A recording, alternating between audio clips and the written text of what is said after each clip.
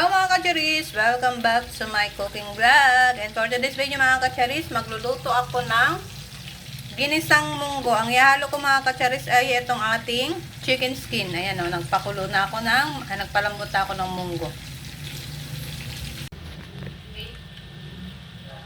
Malapit na maluto mga kacharis yung ating chicken skin at nakaluto na din ako. Mag-iwan na rin ako ng mga ingredients niya. Ayan na mga kacharis yung ating kawala. Let's cook na. Gamit ko yung ating mantika ng ating chicken skin. Lagay lang tayo ng kaunti. Next mga kacharis, lagay na natin yung bawang.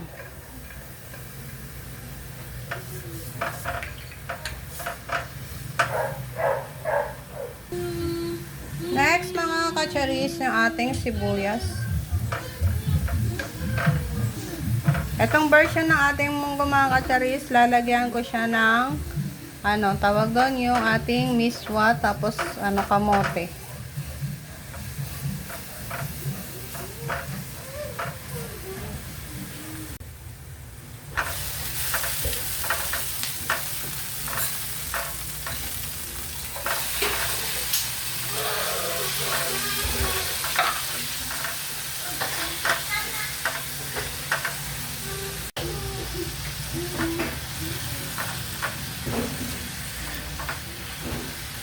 Lagay na natin mga kacharis yung munggo.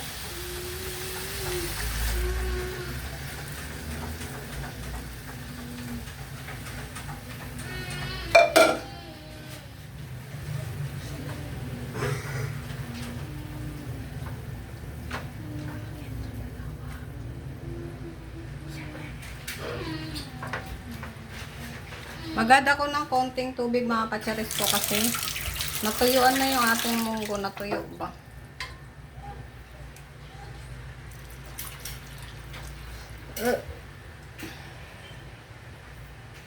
Timplahan natin ng asin. Konting asin lang mga kacharis ko. Magic.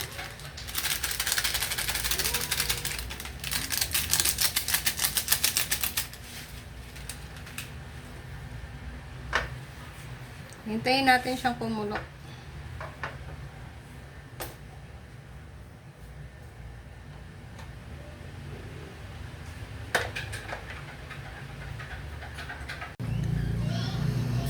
Ayan na mga kacharis, lagay na natin yung ating kamote. Ito na yung ating miswa mga kacharis. Yung ating munggo is lalagyan natin ng miswa.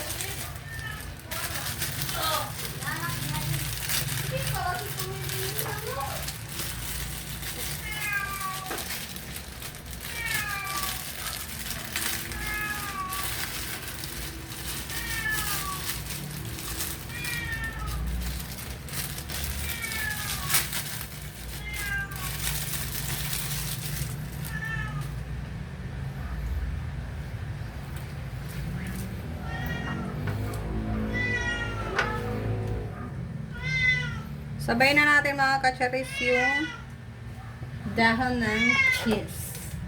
Ampalaya. Oh!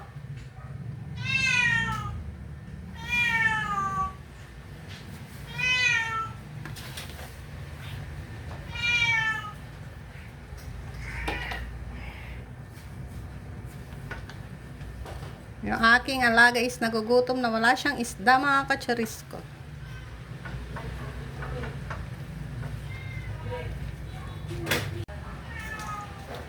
Ayan na mga kacharis, yung ating nilaga ay ginisang munggo na may miswa. Lagay na natin yung ating chicken skin.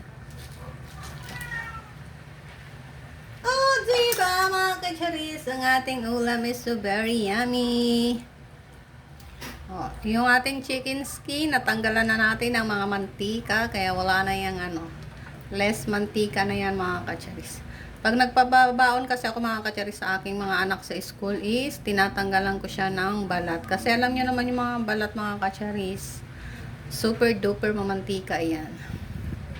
Kaya yung mga kacharis ko, yung mga balat, Ayun ang pinangsasahog ko sa mga gulay-gulay. O mga kacharis, oo. Kalami ang ating ulam for today's video mga kacharis ka. Pakuluan ko lang siya ng mga 1 minutes para maano yung ating chicken skin. Ooh, so yummy! Taste pala natin mga kacharis.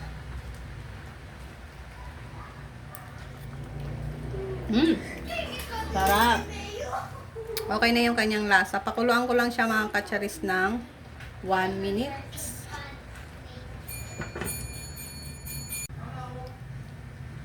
Last check na natin mga kacharis. O ayan, nakikita nyo ba?